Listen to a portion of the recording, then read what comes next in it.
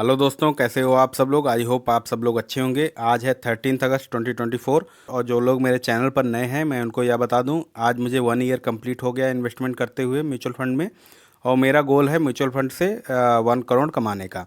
मैं इस चैनल पर अपने म्यूचुअल फंड पोर्टफोलियो के डेली अपडेट शेयर करता हूं, तो चैनल को अभी आज तक आपने सब्सक्राइब नहीं किया है तो तुरंत सब्सक्राइब कर लें। तो चलिए आज देखते हैं मेरे पोर्टफोलियो का क्या रिटर्न है। उसके अलावा दोस्तों, यहाँ पे आप लोग मेरे म्यूचुअल फंड्स देख सकते हैं स्क्रीन पर। ये सारे म्यूचुअल फंड्स हैं जिनमें मैं इन्वेस्टमेंट करता हूँ। इनमें से मैंने कोटक इमर्जिंग इक्विटी फंड और निपॉन इंडिया स्मॉल कैप में इन्वेस्टमेंट अपना डिसकंटिन्यू कर दिया है। मेरे अलग रीजंस थे जिस वजह से मैंने डिसकंटिन्यू किया है। और जो भी लोग इन इन फंड्स में इन्वेस्टमेंट करते हैं या नया करना चाहते हैं, बिल्कुल कर सकते हैं विदाउट एनी वरी, क्योंकि इसमें ये फंड्स बहुत अच्छे हैं, बहुत अच्छा रिटर्न देते हैं। मेरे कुछ अलग ही रीजंस थे जिस वजह से मैंने इन्वेस्टमेंट अभी डिसकंटिन्यू इनमें किया है। उसके अलावा आप देख सकते हैं, मैंने अभी स्क्रीन पर आप दिखा दूं मैं आप लोगों को कि मैंने अभी तक कितना इन्वेस्टमेंट किया और कितना रिटर्न है। तो जैसा कि आप लोग स्क्रीन पर देख सकते हैं, मुझे 12,35,889 रुपीज़ मैंने इन्वेस्टमेंट किए हैं, जिसकी आज की डेट में करंट वैल्यू है 14,63,827 रुपीज़। जो मेरा टोटल प्रॉफिट है 2,27,938 रुपीज़, जो कि 18.44% है। जो 1 डे का मेरा रिटर्न है -222 रुपीज़, जो कि 0.02% है। ये मेरे प्रॉफिट में से डिक्रीज़ हो गए हैं। इसके अलावा दोस्तों, मैं हर संडे को पोर्टफोलियो रिव्यू रिक्वेस्ट करता हूँ और उसके अलावा आप लोगों के जो कमेंट्स आते हैं उन पर रिप्लाई करता हूँ। बट इस संडे को मैं पोर्टफोलियो रिव्यू रिक्वेस्ट नहीं कर पाया, तो इसलिए जो 1 वीक लास्ट 1 वीक की जो पेंडिंग थी रिव्यू रिक्वेस्ट, वो मैं आज रिप्लाई कर रहा हूँ। उसके अलावा कई सारे कमेंट्स भी आए थे लास्ट कुछ वीडियोस पे, उनका भी रिप्लाई मैं इस वीडियो में करूँगा। तो वीडियो काफ़ी लंबा हो जाएगा, इसलिए मैं इस वीडियो को 3 पार्ट में ब्रेक करूँगा, पार्ट 1, पार्ट 2, पार्ट 3। तो आप लोग तीनों पार्ट देखिए, आप लोगों के कमेंट पे या पोर्टफोलियो रिव्यू पे रिप्लाई ज़रूर मिला होगा इनमें। अगर कुछ मिसिंग होता है तो आप फिर से कमेंट कीजिए, मैं ट्राई करूँगा जल्द से जल्द आंसर करने का। बट मैं यही चाहूँगा कि आप तीनों पार्ट देखो, आप लोगों को बहुत कुछ सीखने को मिलेगा। तो चलिए देखते हैं क्या क्या कमेंट्स आए, क्या पोर्टफोलियो रिव्यूज़ आए हैं हमारे लिए। तो अगला कमेंट है सर्वेश मौर्य का, लमसम या एसआईपी के लिए best flexi cap and small cap fund. तो सर्वेश मौर्य जी, लमसम या सिप के लिए कोई अलग से फंड नहीं होता बेस्ट। और इनमें से अगर इसमें दो केस हैं।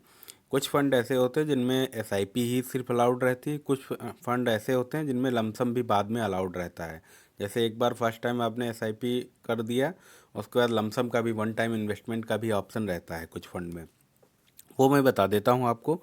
इसमें फ्लैक्सी कैप में आपका अच्छे फंड्स हैं, ये पराग पारिक फ्लैक्सी कैप और दूसरा है कॉन्ट फ्लैक्सी कैप। इनमें से दोनों में से आप दो जो भी लेना चाहो ले सकते हैं। तीसरा एक जेम फ्लैक्सी भी है, वो भी आप देख सकते हैं। तीनों को कंपेयर करके देख लो कौन सा अच्छा है इन तीनों में, आपके लिए कौन बेटर रहेगा वो देख लो आप।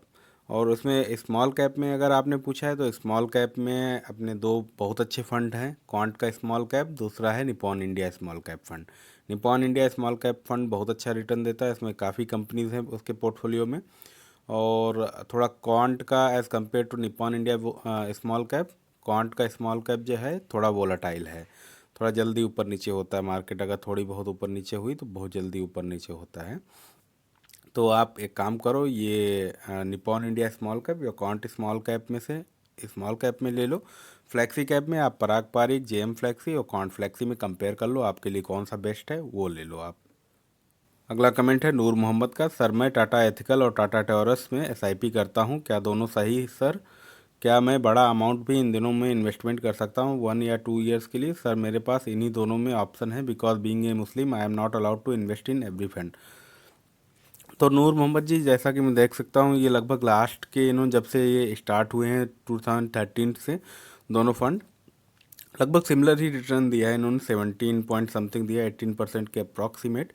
और लास्ट 5 साल में लगभग 25% के करीब दिया इन्होंने रिटर्न। तो इसमें आप कर सकते हैं, मतलब बड़ा अमाउंट भी इन्वेस्टमेंट कर सकते हैं। मैं समझ सकता हूँ आप सरिया कंप्लाइंट जो म्यूचुअल फंड्स हैं उन्हीं में आप इन्वेस्टमेंट कर सकते हैं, तो आपके पास ज़्यादा ऑप्शन है नहीं, तो आपको हाँ आप इसमें बड़ा अमाउंट इन्वेस्टमेंट कर सकते हो, कोई दिक्कत नहीं है। सो अगला कमेंट है आई श्रीनिवासन का, are you investing S I P every month same amount? तो yes, I am doing S I P every week, 22,000 every week I am investing, and same amount, yeah, earlier I was investing less, but recently I have increased the amount and now it's 22,000 every week, so I am investing. Earlier it was less. अगला comment है अनागी रेड्डी का, sir Bandhan small cap fund is good और not for long term investment. हाँ यार, अच्छा है बंधन small cap. अगर आपने अभी तक नहीं खरीदा है तो आप दो और फंड्स हैं स्मॉल कैप में, quant small cap, Nippon India small cap, उनको भी देख सकते, कंपेयर कर सकते तीनों को। जो भी आपको बेस्ट लगे उनमें से, तीनों में से कोई सा भी ले सकते हो। मेरे हिसाब से क्वांट स्मॉल कैप और Nippon India small cap best हैं इससे एज़ कम्पेयर टू बंधन स्मॉल कैप। बट आप अपना देख लो इसमें तीनों में से कौन सा आपके लिए बेस्ट है। अगला कमेंट है अखबार का, review my portfolio, Tata ethical fund 130 के, टाटा डिजिटल फंड 15 के, 55 के, ICICI टेक फंड 50 के, क्वांट स्मॉल कैप 125 के, क्वांट फ्लेक्सी कैप 20 के, निपॉन स्मॉल कैप 27 के, SIP 3 के, निपॉन लार्ज कैप 20 के, क्वांट एक्टिव फंड 27 के, ABSL PSU फंड 50 के। तो ये सारे फंड्स आपने लिखे हैं। इनमें जहाँ तक ये आपने लमसम किया है, सिर्फ निपॉन स्मॉल कैप में आप SIP करते हैं 3000 पर मंथ, ये बहुत अच्छा फंड है। निपॉन स्मॉल कैप में आप कंटिन्यू रखिए इसको। पोर्टफोलियो तो ठीक लग रहा है, बट आपने सेक्टोरियल फंड में कुछ ज़्यादा इन्वेस्टमेंट किया है। अभी जो इन्वेस्टमेंट ऑलरेडी कर दिया है आपने लमसम, उसको छूने की ज़रूरत नहीं। जब तक उसका एग्जिट लोड जीरो ना हो जाए तभी इसको आप रिडीम करना, अगर अच्छा रिटर्न ना मिले। उसके अलावा मैं आपको यही सजेस्ट करूंगा, आप सेक्टोरियल फंड्स में थोड़ा कम इन्वेस्टमेंट करें। जैसे सेक्टोरियल फंड टेक का भी चलेगा वैसे, टेक और डिजिटल, और ABSL PSU जैसे है, इसमें अभी आपने 50 के किया है तो ठीक है, अभी के लिए ठीक है। कम अमाउंट ही इन्वेस्टमेंट करो बट कर लो, इसमें कोई दिक्कत नहीं। अभी अच्छा चल रहा है तो अभी आप इसका फ़ायदा उठाओ।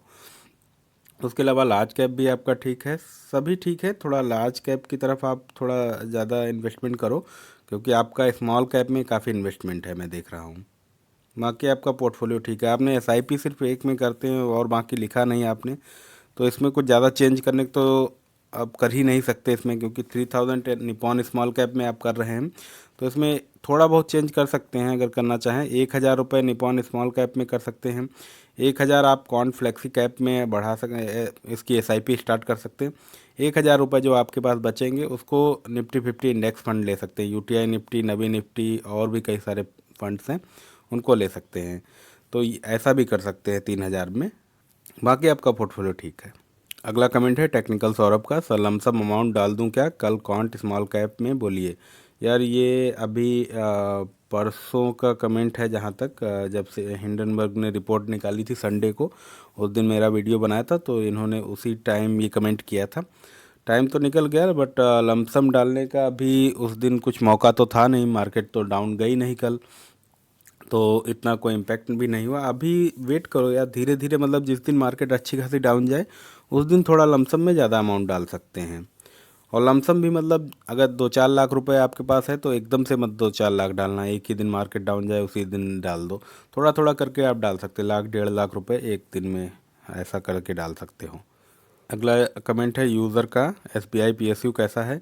यार PSU फंड सेक्टोरियल फंड है और इसमें साइकिल में रिटर्न मिलता है, 3-4 साल मिलेगा रिटर्न अच्छा, फिर इसका 8-10 साल अच्छा रिटर्न नहीं मिलेगा। अभी अच्छे चल रहे हैं, अभी के लिए ठीक है। अभी आप इन्वेस्टमेंट थोड़ा बहुत पैसा इसमें कर सकते हो, कोई दिक्कत नहीं है। अगला कमेंट है यस का, सर आपने डायरेक्ट फंड PSU ETC किस म्यूचुअल फंड सेक्टर में इन्वेस्टमेंट करें, एक बार परसेंटेज के हिसाब से बता दीजिए। मुझे बताया था कि लार्ज में इतना करो, मिड में इतना, स्मॉल में इतना, बट सर कंफ्यूज हूँ किस सेक्टर में करूँ। तो यस यार, मैंने डायरेक्ट फंड में इन्वेस्टमेंट किया है और मैं PSU इन सब में नहीं इन्वेस्टमेंट करता हूँ। ये सेक्टोरियल फंड है, इनको मैं अवॉइड करता हूँ अपने लेवल पे। और मैं आप लोगों को भी बोलता हूँ ज़्यादा इन्वेस्टमेंट इन सेक्टोरियल फंड में मत करो, क्योंकि ये साइकिल में रिटर्न देते हैं और कुछ दिनों के लिए अच्छा रिटर्न मिलेगा फिर नहीं मिलेगा, तो ऐसा रहता है। इसीलिए मैं ज़्यादा इन्वेस्टमेंट नहीं करने के लिए बोलता हूँ, थोड़ा बहुत आप कर सकते हैं, अभी अच्छा चल रहे हैं। तो आपने पूछा था कैसे कैसे इन्वेस्टमेंट कर सकते हैं, तो आपके पास जो भी अमाउंट है उसका 30 से 40%, मान लिया आपके पास 1 लाख रुपए है तो उसका 30 से 40% आप फ्लेक्सी कैप फंड में इन्वेस्टमेंट करो। फ्लेक्सी कैप में JM फ्लेक्सी, कॉन फ्लेक्सी, पराग पारिक फ्लेक्सी, इनमें ले लो 30 से 40 हज़ार, उसमें इन्वेस्टमेंट कर दो। मैं 1 लाख का एग्जांपल लेके यहाँ पे बता रहा हूँ। दूसरे नंबर पे आपके पास निफ्टी 50 इंडेक्स फंड होता है, वो उसमें आप कोई सा भी ले लो, UTI निफ्टी 50, नवी निफ्टी 50 है, और कई सारे SBI का है, कई सारी कंपनियों का है, उसमें कोई सा भी ले लो, कोई दिक्कत नहीं, क्योंकि Nifty 50 index fund almost same return ही लगभग देते हैं। आपका 20 हज़ार यहाँ, लगभग 15 से 20 हज़ार रुपये आप यहाँ इन्वेस्टमेंट कर सकते हैं। उसके अलावा फिर आपका आया मिड कैप। मिड कैप में आप लगभग ये 25% के करीब आप इन्वेस्टमेंट कर सकते हैं। 20 से 25%, 20 से 25% मतलब 20 से 25 हज़ार, 1 लाख का एग्जांपल अगर मैं लूँ तो मिड कैप में आप देख सकते हो मोतीलाल ओसवाल का मिड कैप है, क्वांट का मिड कैप है। तो और इसके अलावा और HDFC वगैरह का भी है, बट मैं आपको कहूँगा कि आप मोतीलाल ओसवाल को देख लो, ये ज़्यादा अच्छा फंड है मिड कैप का। क्वांट का भी अच्छा है, दोनों को कंपेयर कर लो, इनमें से एक ले लो। फिर उसके लास्ट में आपके पास 15 से 20 हज़ार रुपये अगर लगभग बचते हैं, 15 से 20%, वो स्मॉल कैप में आप कर दो। स्मॉल कैप में 2 फंड हैं, निपॉन इंडिया स्मॉल कैप और क्वांट स्मॉल कैप। आप इन दोनों में से देख लो कौन सा आपके लिए बेस्ट रहेगा, उसमें आप इन्वेस्टमेंट कर सकते हो। आई होप आपको क्लियर कर दिया है, अब भी डाउट नहीं रहना चाहिए। अब तो मैंने कुछ फंड्स के कई सारे फंड्स के नाम भी बता दिए, तो इनमें से आप चूज़ कर लो कौन सा आपके लिए बेस्ट है। अगला कमेंट है राजदीप सरकार का, आपका एज कितना है? मेरा एज 47 है, अभी क्या SIP स्टार्ट कर सकता हूँ? राजदीप सरकार, मेरा एज 32 है और आपका एज 47 है। हाँ, अभी आप स्टार्ट कर सकते हो, कोई दिक्कत नहीं है SIP स्टार्ट करने में, बट आपको अभी रिस्क कम लेना है क्योंकि आपकी एज 47 है, तो आपको लार्ज कैप में ज़्यादा इन्वेस्टमेंट रखना है और मिड और स्मॉल में कम एक्सपोजर लेना है क्योंकि लार्ज कैप कम वोलाटाइल होते हैं। तो लार्ज कैप म्यूचुअल फंड में आप इन्वेस्टमेंट ज़्यादा करना, जैसे कि ब्लू चिप फंड हो जाते हैं, निफ्टी 50 के इंडेक्स फंड होता है, निफ्टी 100 इंडेक्स फंड होते हैं, तो उन सब में आप इन्वेस्टमेंट करो ज़्यादा। और स्मॉल कैप मिड कैप का बहुत थोड़ा सा एक्सपोजर लो, ज़्यादा मत लो। तो दोस्तों, ये सारे लास्ट के कुछ दिनों में ये सारे पोर्टफोलियो रिव्यू रिक्वेस्ट और कमेंट्स आए थे, इन पे मैंने रिप्लाई कर दिया है। इसके 3 पार्ट हैं, पार्ट 1, पार्ट 2, पार्ट 3, तीनों पार्ट आप लोग देखिए। अगर आपका कमेंट इस वीडियो में नहीं मिलता है तो अगले 3 पार्ट हैं, 2 पार्ट अगले भी हैं, उनमें आप देखिए, उनमें आपका ज़रूर मिलेगा रिप्लाई।